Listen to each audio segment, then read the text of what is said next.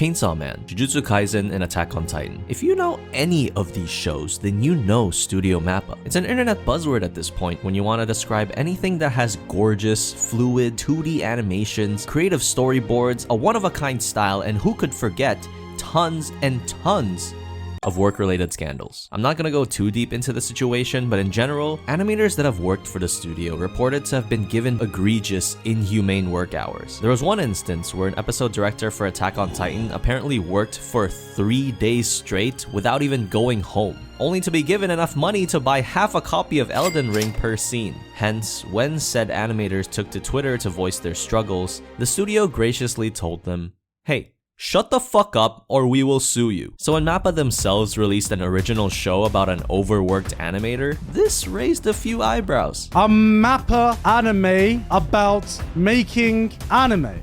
Yo. Oh shit. Are they self-reporting? This is getting a bit too real. Hey yo, what? Was this some kind of meta-ironic statement to show the struggles of animators? Or perhaps we would get to know the intensive process of making an anime. That's what I thought. That's what everyone online thought. But instead, we got an isekai.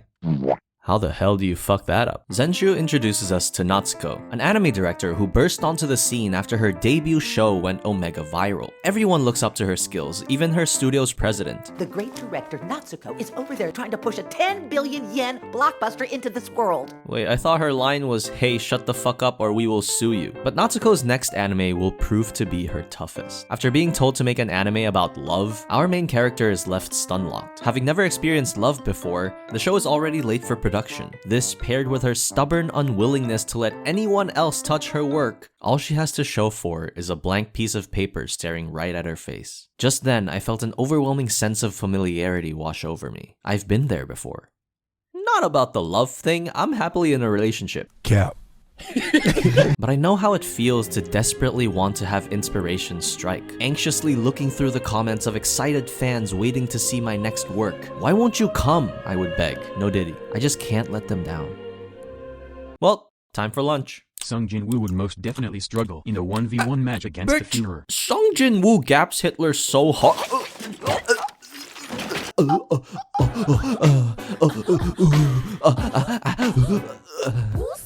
After eating a bad clam, Natsuko suddenly wakes up in her favorite anime called A Tale of Perishing. A story brimming with interesting characters like Girl with No Emotions, Horny Mascot, Jarvis, Tits, and of course, our lead hero, Sexist Sam. Apparently this guy's quirk is that he hates being around women, and unfortunately, that's one of the only entertaining parts of the show. I'd say I'm pretty spoiled by anime ever since I started watching again in 2018. Run with the Wind, Attack on Titan, Jujutsu Kaisen, Vinland Saga, Mob Psycho, Dr. Stone, Mushoku Tensei, Ranking of Kings, Odd Taxi, Heavenly Delusion, Dungeon Meshi, and most recently, not only are these animes super high quality in terms of animation, but they're also stories that manage to captivate me to the point where I can tell you every major plot point that happens in each of them without glancing a single time at Wikipedia. Now with Zenshu, it felt as if something had to be sacrificed for the other. In order to achieve great animation, Zenshu has a story that's about as mid as McDonald's when you're not craving McDonald's. You ever had fast food for the sole purpose of it being fast food? Like it's 2 o'clock, you haven't had lunch, and you have a meeting in 15 minutes. That shit ain't hidden. Brother, I don't have time to sit down and have a succulent Chinese meal. Just let me suck down a burger, fries, and Coke and dip. That's what the story of Zenshu felt like to me. Average, generic, middle of the road, 5 out of 10. And look, even the characters agree with me. My big brother was telling me that it was the biggest box office flop in the Heisei era. I'm not kidding. The movie that she gets isekai'd in is canonically terrible. If the little shit at the back can't even stay awake, what makes you think I can? I'm not saying this anime is objectively bad. There's nothing wrong with a basic hero story, but it's nothing to applaud at either. Let me give you a general rundown of what an episode looks like. Spoilers for episode 4 if you're genuinely watching this anime for its story. This is Freeren from Timu. She's one of the main squad members and is the designated support mage of the team. But lately, ever since the invasion of demons, she's been acting a little sus. So Natsuko decides to follow her. Want to explain why you're sneaking around? Shh, I think she's evil. What? No way, she's just practicing choir with her elf buddies. Come on, I'll show you. See? It's the same old creepy satanic cemetery where they always practice. Are you fucking kidding me? This is what I imagine Kanye does in his spare time. So turns out Elfie is trying to summon Satan in hopes that it will bring upon the destruction of all humanity. But why, you might ask? Why would she do such a horrible thing? I can't take it anymore! Dude, since when are you a stan for the ultimate void? Yeah, why are you trying to nuke all of us? Apparently, Elfie's only way to end her personal suffering is to end everyone else's lives too. And there's no other solution she can think of. Hey, here's an idea. How about therapy? Turns out we don't need it, because in the end, Natsuko draws a K-pop idol for Elfie so she can fangirl instead of killing herself. It was pretty funny. 수많은 이들 속 차지한 내 바로 잡초들 사이 활짝 핀 내 beauty flower. Gist is that each episode has an end-of-world gimmick that the characters have to deal with, and by the last 5 minutes, Natsuko's ruler will start talking, which signals to us that her ult is up. Finally, this is the reward you get for enduring all that build-up.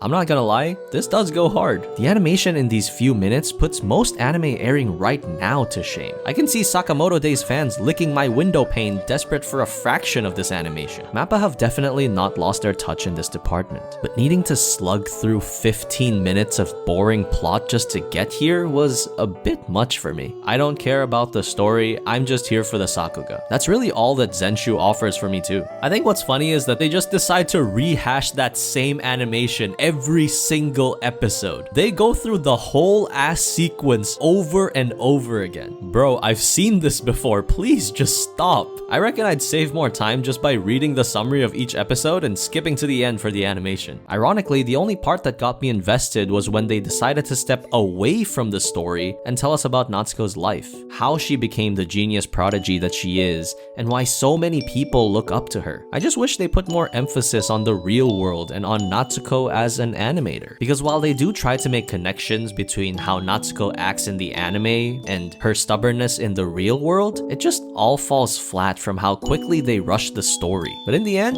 who am I to yuck your yum? I think a very sweet message that this anime imparts is, who gives a shit? Natsuko knows that her favorite anime was a massive flop, but to her, that doesn't matter. For most things, you don't need a reason to like it. It's a feeling, so just go with it. As long as it's not illegal. If I say I like Your Name and it's one of the best anime movies I've ever seen, no one can deny me that. Just as much as me saying I didn't like A Silent Voice gives me the power to drown out all the death threats. No one should be invalidating your own experiences on an anime. Not even me. I watched Gigak's latest video where he briefly talked about Zenshu, and he referred to this anime as a love letter to animation as a whole, loaded with referential scenes and drawings from decades-old anime like Nausicaa.